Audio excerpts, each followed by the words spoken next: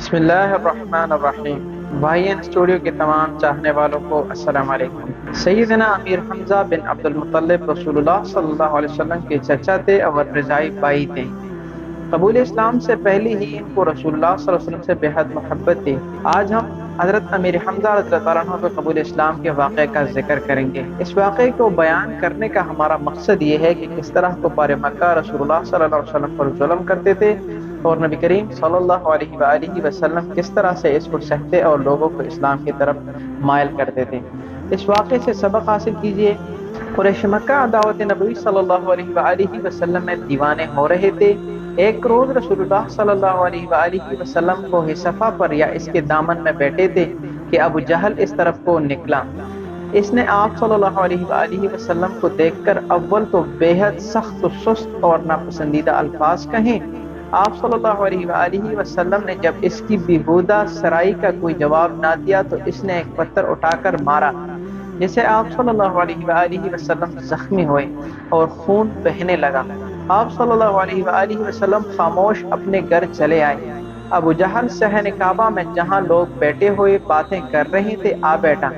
سیدنا امیر حمزہ بن عبد المطلب رسول اللہ صلی اللہ علیہ وسلم کے چچا تھے، مگر وہ ابھی تک شرک پر قائم تھے اور مشرکوں کے شریک حال تھے۔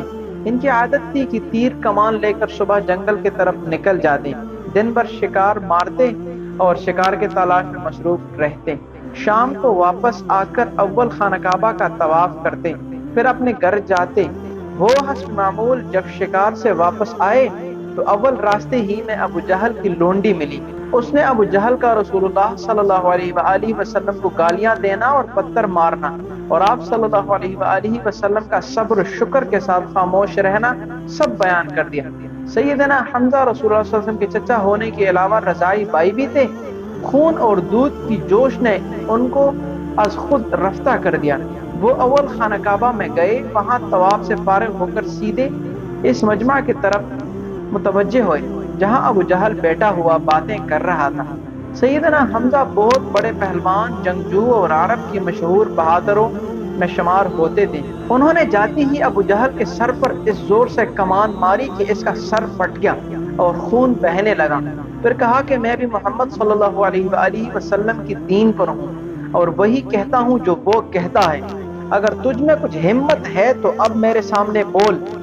ابو جہل کے ساتھیوں کو غصہ آیا اور وہ اس کی حمایت میں اٹھے، مگر ابو جہل سیدنا حمزہ کی بہادری سے اس قدر متاثر اور مرعوب تھا کہ اس نے خود ہی اپنے حمایتیوں کو بھی یہ کہہ کر روک دیا کہ واقعی مجھ ہی سے غلطی ہو گئی تھی۔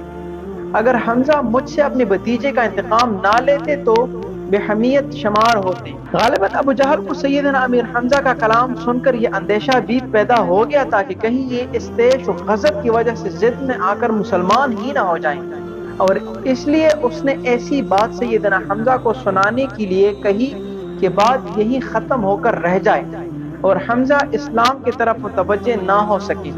سیدنا حمزہ ابو جہل کے مزاج پرسی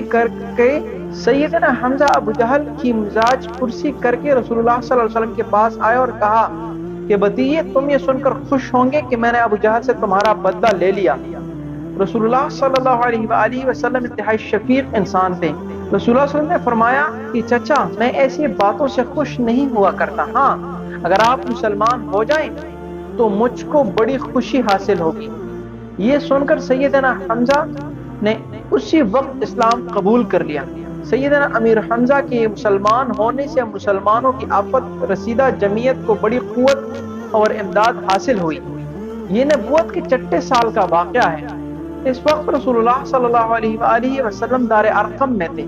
قریش مکہ رسول اللہ صلی اللہ علیہ وسلم کی شان میں بہت ہی گستاخ اور بے باک ہو گئے تھے۔